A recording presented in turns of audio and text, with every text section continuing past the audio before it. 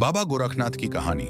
बाबा गोरखनाथ कैसे प्रकट हुए, इसकी कहानी भारतीय संतों की सिद्धियों को दिखाती है। बहुत समय पहले की बात है। बाबा मत्स्येंद्र नाथ भ्रमण पर निकले थे। उन्हें बाबा मच्छिंद्र नाथ के भी नाम से जाना जाता है। पूर्व काल के बड़े ही प्रसिद्ध एवं दिव्य योगी हैं। बाबा मच्छिंद्र नाथ ने ही नाथ संप्रदाय की स्थापना की थी। भ्रमण करते हुए बाबा गोदावरी नदी के किनारे बसे चंद्रगिरी नगर में जा पहुंचे। उस नगर में चलते हुए वह एक घर के सामने रुक गए। उस घर के द्वार खुले हुए थे। बाबा ने वहां खड़े होकर गृहस्थों को भोजन हेतु स्वर लगाए।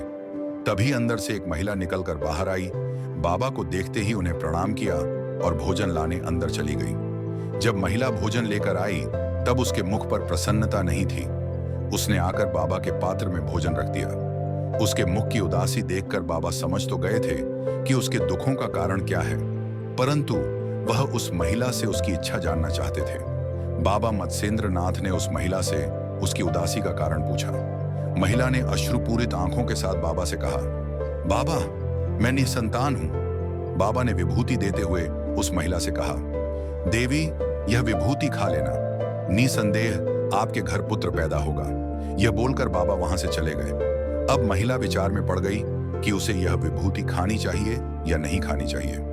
एक तो लोकलाज की बात भी थी, दूसरा आसपास की महिलाओं ने भी उस महिला को विभूति नहीं खाने की सलाह दी थी। सारी बातें सोचने सुनने के बाद उस महिला ने विभूति को नहीं खाने का निर्णय लिया। उस नगर में एक स्थान था जहां वर्षों से लोग गोबर जमा करते थे, फिर बाद में उस गोबर को खेती में उपयोग करते थे। उसी गोबर के टीले पर जाकर उसने उस विभूति को फेंक दिया। बाबा मत्स्येंद्र नाथ फिर आए।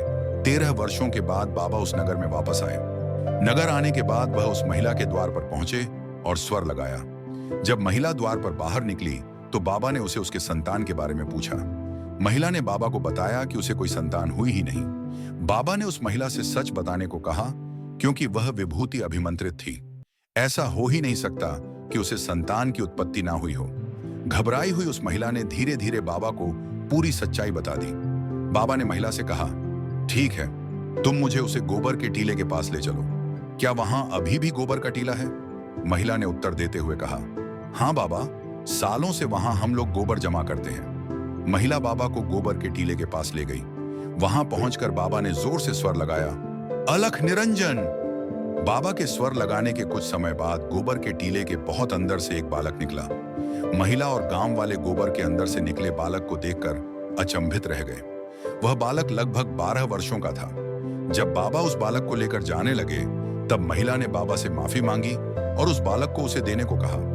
बाबा ने महिला को मना करते हुए बोला कि अब वह इस बालक के प्रति अधिकार नहीं रखती है। अब बालक का पालन पोषण, शिक्षा दीक्षा बाबा स्वयं करेंगे।